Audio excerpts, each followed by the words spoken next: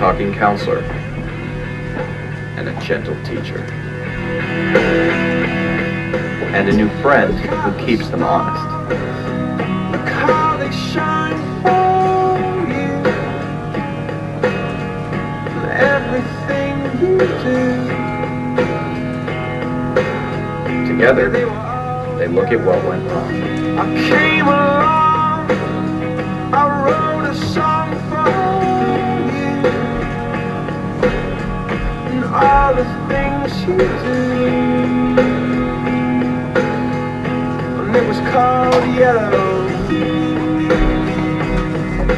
Was it lazy parenting?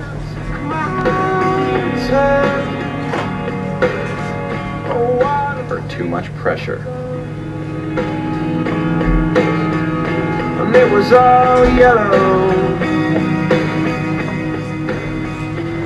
Picture this. You're in a hospital room looking through a glass wall at your mother. She's sleeping. But when she's not hallucinating from the meds or throwing up because of the chemo. Too much money? Or too little? Divorce? Or depression? Attention deficit disorder? Or learning disabilities? If I could take a picture of me when I was 7, it would be a picture of a beautiful little girl running around with scraped up knee, soccer ball, and laughing hysterically.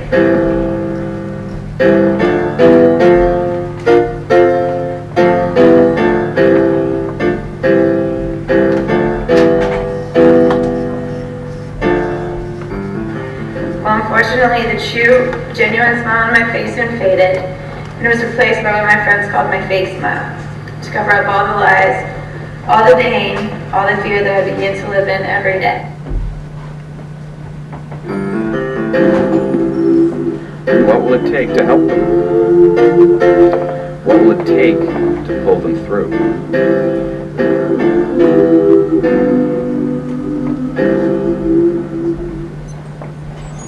Because, as I said, there's a mystery about Bianca, about what happened.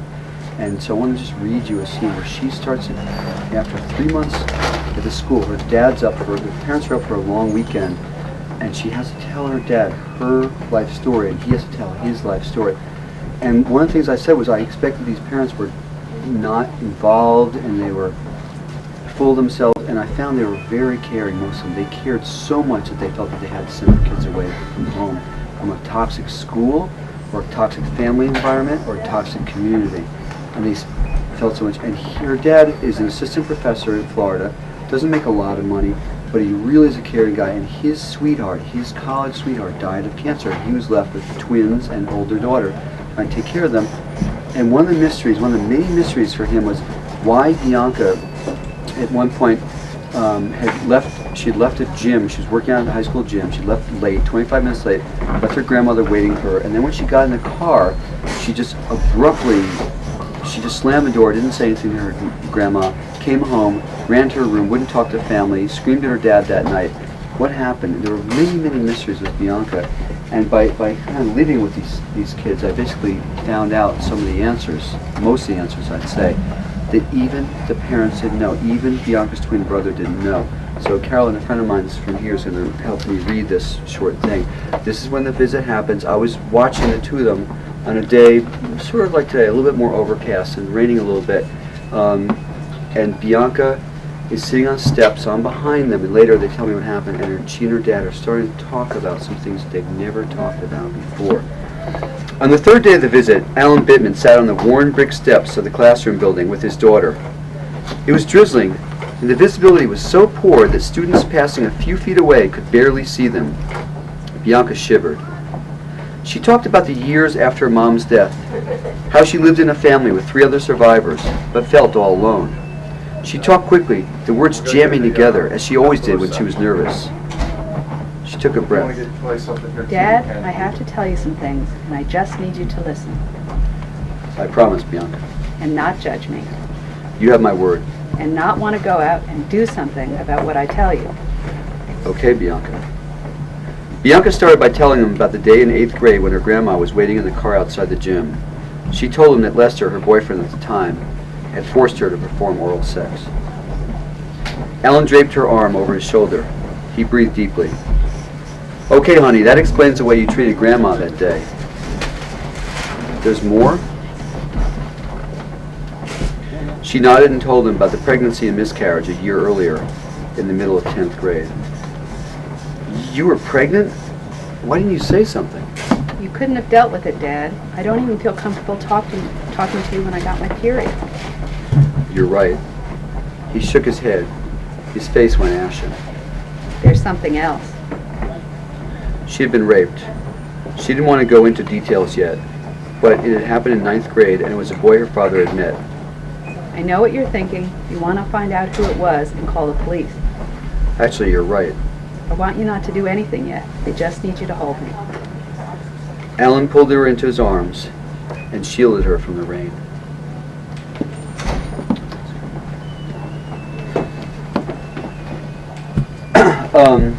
With that, I'll just say that I mentioned this in the book. I've covered wars in Africa and Central America. I've covered famine in Ethiopia, and I had this sort of what I call this sort of journalist bulletproof vest. Like I had to put an emotional bulletproof vest. I had to not get involved with people I wrote about in order to do my job. These kids are unbelievable, amazing kids, and the stuff I found out really horrified me because I do think, again, most kids don't have what Bianca has faced, but every kid I've met, and I've been to a lot of high schools in the last year talking about this book, especially in the last 3 months since it came out, every kid I met knows someone who's dealing with stuff like this. Every kid, even the kids who are doing just great. So with that, I want to just, I want to comment, I want to talk with you about your questions and your concerns and so forth. You're here on Sunday, you have some thoughts about it, because I don't want to come and preach to you. I don't want to come and give you all my answers. My answers are not always. Everybody has answers that are that are different from mine. So I'll tell you some of mine. I do think it's more. The question is, are these problems more common than they were 20 or 30 years ago? Now I want to make clear, it wasn't easy in the 60s by any means to be a teenager or a parent, or in the 70s or the 80s.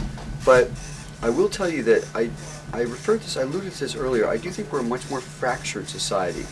And in a weird way, some of the things that we love so much actually make it more difficult to be a kid and to be a parent. I love the fact that my kids, I live in Western Mass, my kids can choose between a charter school, a school for the performing arts when they get to 8th grade, a parochial school, a private school. They can choose a plain old vanilla, middle school too, public middle school. Yet what it means is that on my block, every morning people are spinning off into different directions. So 6 kids who are about the same age, 12, 13, can go to 6 different schools. And there's just less of a feeling of cohesiveness about that. And then, now I'm not somebody who wants to go back to the pre-industrial age, but I will say that the internet and technology does present some problems. One thing is that a girl who's 11 can get on the internet and in seconds find a pro-anorexia site, and find out how to purge. Whereas before, obviously, that knowledge got around, but it got around in a slower way. A boy who's 12, or a girl who's 12, can get on and find out how to take cough syrup and go robo-tripping, go Robitussin, go road-tripping, get high off, of course, cough syrup, what dosages to take, which is very dangerous, a lot of these things. How to take common over-the-counter meds and misuse them. And then we have this, partly because of health insurance rules, partly because of other things, we have this way of medicating kids and labeling kids so much. So-and-so, DJ's ADHD. DJ's been on Ritalin and Adderall and Striata and everything since he was 5.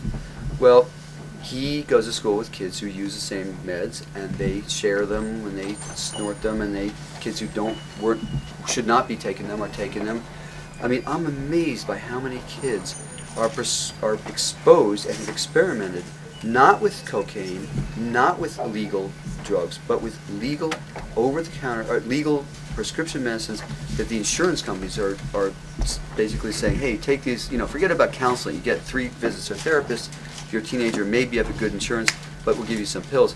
The way we sort of have a miracle pill for everything is I really think it's dangerous. In fact, the front page of the New York Times today says there's this quest on among the pharmaceutical companies to make money from a drug that helps you deal with obesity. Now, I have to say, these pills, in a lot of ways, I've seen them. I've seen kids who've been on these pills. They've been stabilized. Some amazing things have happened for kids who need antipsychotics, for kids who have depression, for all that kind of stuff. So I'm not against the meds, but I think that the meds need to be taken in concert with some therapy, and we're still giving kids a message that everything you have by the age of 5 or 10 or 12 can be cured by a little blue pill. And as I said before, at the same time we're putting intense pressure on kids, we don't have the supports we used to, the extended family, the sense of neighborliness. I mean, you're living outside Boston. There was a scandal with priests here and elsewhere in the country. And so that a lot of ways the authority figures, the people we used to trust, we don't trust as much. We don't know our neighbors so much. And I think the way we build neighborhoods is wrong too, the way we construct houses. I mentioned this in my book, but there was this article in the Wall Street Journal a couple of years ago, no, actually it was a year ago when I was finishing this, saying that the new trend in housing is to have big rooms for kids and entertainment rooms and even a private room for the dog, and a place with each room. In each room, each kid can have a computer by the age of 6 or 7. And again, I like computers. I use them all the time for work. But I don't think it's good for kids with internet connections to be off in their own little alcoves in privacy online. I'm a big advocate of computers being a computer or two, being in a family room, being in a room where the parents are passing by and sort of part of the discussion. So that's a long answer to your question, but I think it's more difficult. Now, I've had people in the audience say, I was a teenager in the 60s, it was tough. Was there pot out there? Yes. Was there LSD? Yes. There's so many more temptations for kids now, I think, and there's so much more available at an early age. It's astounding to me when I go to middle schools and I talk to kids, and they come up to me afterwards and they tell me about the stuff that's available for $1, a Ritalin pill, whatever, a hit of something. It's not always illegal. It's just, it blows me away. Yep. Did your presence cause a lot of problems in there? It sounds like someone who's going to be writing a book on it. Why do I look like a threatening person? Yes, it was. The question is, was my presence a factor and maybe a detriment to kids? I could give you a flip answer. The journalists always say, I'm doing a public service. I wrestle with that, and I still wrestle with that all the time. Was my presence, did my being there as a journalist, as a writer, affect the outcome of things?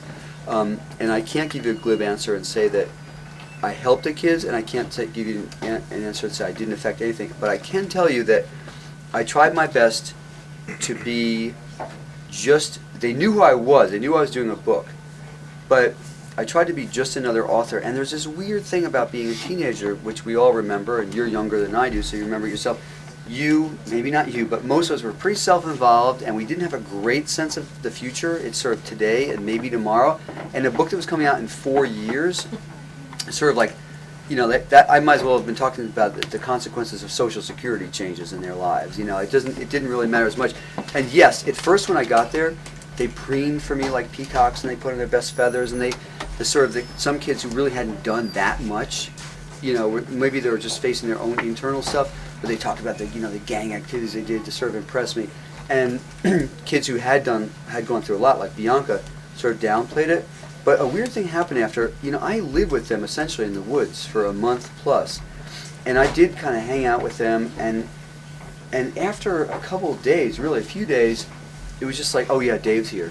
Dave's here. I wasn't taking notes at first. I did later in the program, and I just talked to them. And the thing is that so many of these kids have so little day-to-day, one-to-one contact with adults that they're eager to talk to the counselors, the teachers, the maintenance workers, they hung out with them too, and the writer. And so I can't claim to you, I could never claim to you that I was just a part of the wallpaper after a while. But there's a weird thing that happens, which is, and journalists always know about this, the more you're there and the more you're hanging out and the less you're, I didn't carry a camera, I didn't carry a notebook at first. After a while, you're just another adult for them, really. And they said that to me. And many, many times, kids would come to me and say, you wouldn't believe what happened in group yesterday because Bianca just told the story about that. I said, well, I was there. You were there? Yeah, I was there. I was right there. I remember the story. She said that, and I said, "Oh my God, I didn't see you." I swear that happened again and again and again. Even happened with the parents who were only there every 2.5 months or so. I didn't help them, but I hope to God I didn't hurt them either. And I think, I mean, they made a commitment. Like, I wanted the parents to sign these releases that said I could do this legally in Massachusetts. The kids didn't have to sign it. They were minors, but I asked the kids to sign it too. So it wasn't like one more activity like soccer or water polo, whatever, that the parents imposed on them. I talked to them, I said, I'm going to do this. It's not going to be easy all the time. I'm going to be in group with you guys. I'm going to be hiking with you guys. And again, after a couple of weeks, everybody, or a few weeks, everybody, all 16 families, including the kids, signed it. Did you ask that because I'm just curious of what made you ask it, because it's a good question. Well, Okay, I was ask just that. wondering because I didn't really I didn't even really think about it until I looked in the back of the book and there was a description of how you wrote each part, like, oh, I was present for this, or Right. like this I gathered from interviews, and then I started thinking about like, I was kind You of think what a pain imagining- it'd be to have me along? Well, huh? no, I was just imagining like groups of kids, and it's a strange thing. It's just like it's such a small, especially in the wilderness camp. It's Yeah. like such a small little bubble that it's funny that you think of like this other presence. Do you know about this kind of program or something like that? 'Cause you said the wilderness camp. Do you know a little bit about that? Well, I've read the book, so I Okay. didn't know. You don't know it. You don't know. I thought maybe you like worked at one or something like that. Yeah, it is. But it is weird because they have three counselors who rotate in for 3 days, and another 3 days, and so I was just the fourth one. And then supervisor comes up, and the other supervisor, and they knew what I was doing. The kids knew what I was doing, but it's just a strange dynamic that I still don't understand. Now there's another explanation too, which is we do live in the age of Oprah, and people are sort of trained to like turn on their tears and turn on the emotions when a journalist is there, but kids don't really react that way to a print report or somebody's just taking notes once in a while and talking to. But I tell you, it was an amazing process, and I've talked to these kids and these families afterwards, and they've been so great and so open about sharing what they went through. In fact, a lot of them, now they've been on the road talking to high school kids, the kids have been going with me, and sometimes Tyrone's mom has been with me too, and we talk about what we learned. So I hope that there is a good effect for some of the kids, because they're so poised and they're so cool that now they're getting to go on the road with me and talk about what they've been through. In fact, we're doing something to high school Westport tomorrow, and one of the kids is getting paid to go speak with me. This high school is paying him to go speak with me, and he's just an inspiring kid. It's a good question. I wrestle with it all the time. Yes. I haven't finished your book yet, Okay. but I really appreciate you, the voices of the students that you focus on really do come through. What do you think any of them would say